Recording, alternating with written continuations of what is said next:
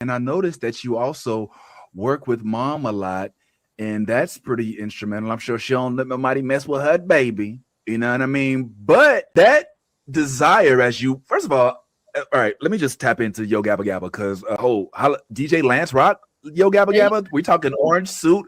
We talking Muno. She's around it. What was that experience like? Like DJ Lance Rock is with the sideburns and everything. Like that's a lot of people's childhood. it is. Yeah. I mean, it was a great experience from the little I can remember, but I thoroughly enjoyed myself. Yeah, I remember being able to dance. I remember them being really big. So obviously I was small because I remember the creatures being like huge and me being like, whoa. So I think I was a very, very small.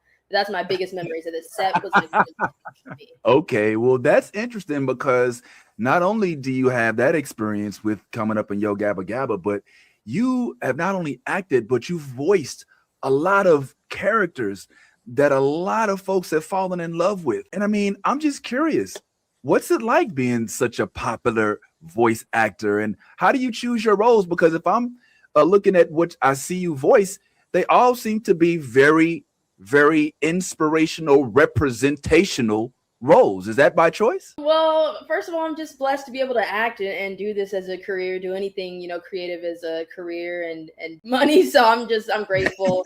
I'm not even Right. gonna sit here and shoot my own horn and be like, it came across my desk and at the no.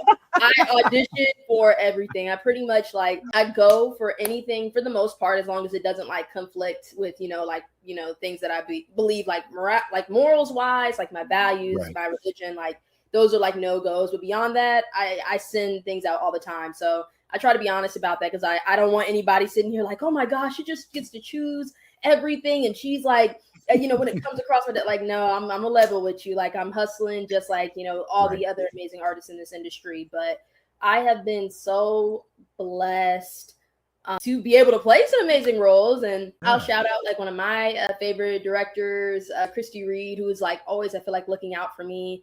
She worked with me on my very first voiceover project, which was We Bear Bears on Cartoon Mm. Network.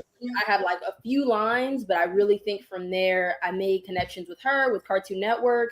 And from there, like things just kind of kept happening and flowing. So I'm just very, very blessed. Like it's been a beautiful journey, and I really do love voiceover. Do you? What do you like the most about voiceover? Is it not having to worry about reporting the set, doing the makeup, just kind of shooing up and just, hey, I'm in my sweats. What's my lines? Sort of. I actually don't always take that approach when it comes to voiceover. I try to wear something that like resembles what the character might feel like. I use the Nice. example like I played Phoebe in Dewdrop Diaries. It's like a children like young children's TV show, but I was a fairy. So I wanted to make sure not to come in things that felt like heavy or big, and then vice versa. I played Robbie on Transformers Earth Spark, so that's a boy. So a boy doesn't dress like this. So I would make sure to try to have my hair. Oh, period clip. Wow, y'all are on. I would try to have like my hair back. I try to wear Tim's. Robbie's from Philly. My Wow. dad's from Philly, so I try to be like, okay, can I wear some of my dad's clothing? So I still do go in character, but I actually think what's really exciting about it is like the theatrical kind of element of it.